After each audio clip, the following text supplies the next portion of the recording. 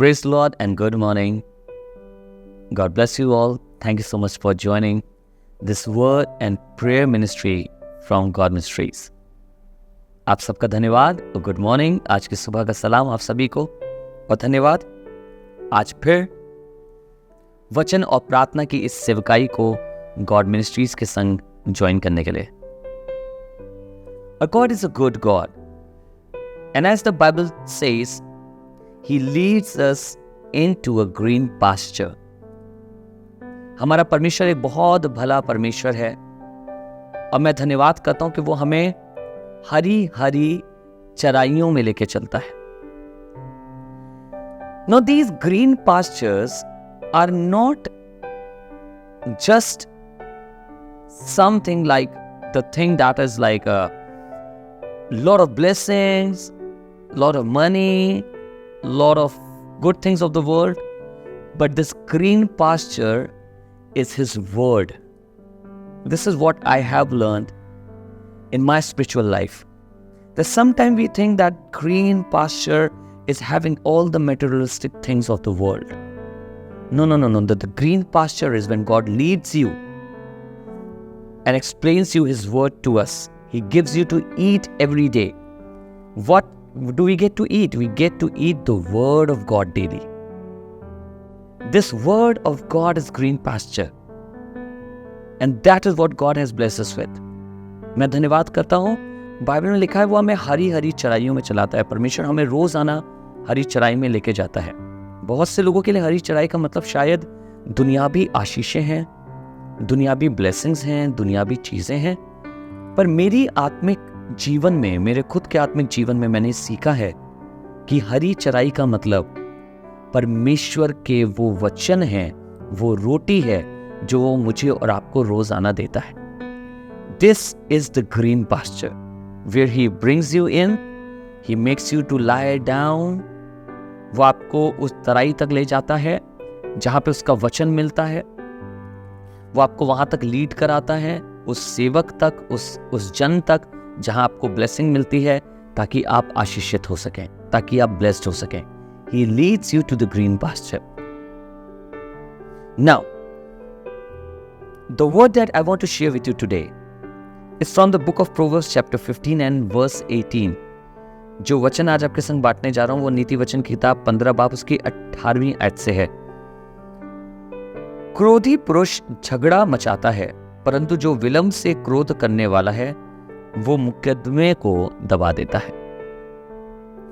क्रोधी मनुष्य झगड़ा मचाता है. You might have seen these kind of people. मैंने भी देखा है, आपने भी देखे होंगे. These kind of people, they love fighting. They love fighting. उनको लड़ना अच्छा लगता है, उनको झगड़ा करना अच्छा लगता है, उनको बलवा करना अच्छा लगता है. This comparison is about two kind of people. One who is always full of anger. You might have seen these kind of people. They love to fight. They love to quarrel. They love to shout. Yeah, because these people, they are full of anger. But then the Bible says, I'm going to read this verse in English.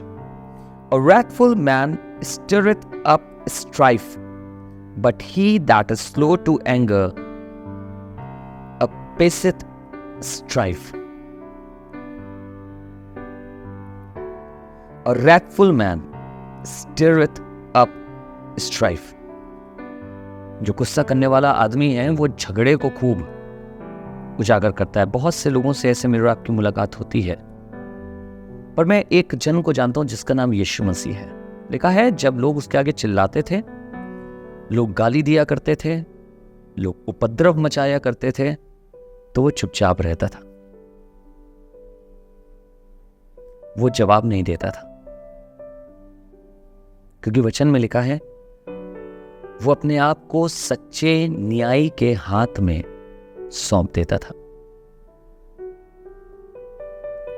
I have a question. Which kind of person we are?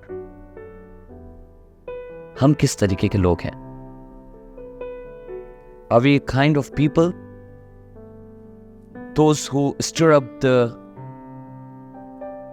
fight, the quarrel, those who straight away goes to abusing and saying a lot of things that we shouldn't have said? Or we a kind of people, those who stay calm and those who try to make everything cool down? If we are first kind of person who brings up the quarrel, who likes fighting, let me tell you, we are not from God. This is not what the nature of God is. But if you're a person who stays quiet, you are from God.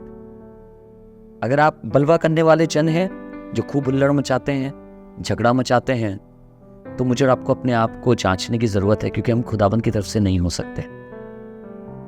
पर अगर हम शांत स्वभाव के और कोशिश करते हैं कि थम जाएं चीजें,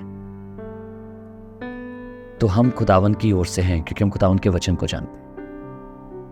Let us follow this word and you will see a big change in your social life. इस वचन को अपनाइए और आप अपनी सामाजिक जिंदगी में बहुत बड़ा बदलाव देखेंगे। आइए दुआ करें। Let us pray. Father, we thank you for your word. Thank you for the teaching. Thank you for speaking to us, talking to us, and telling us, Lord, how we behave like people, those who quarrel, shout. प्रभु धन्यवाद तेरे वचन ने आज हमें सिखाया। हम कई बार ऐसे लोगों की तरह होते हैं जो बलवा करते हैं, चिल्लाते हैं, लड़ाई झगड़ा करते हैं। But we don't behave like you. You don't want us to shout and to raise up the quarrel, Lord, but you want us to be quiet.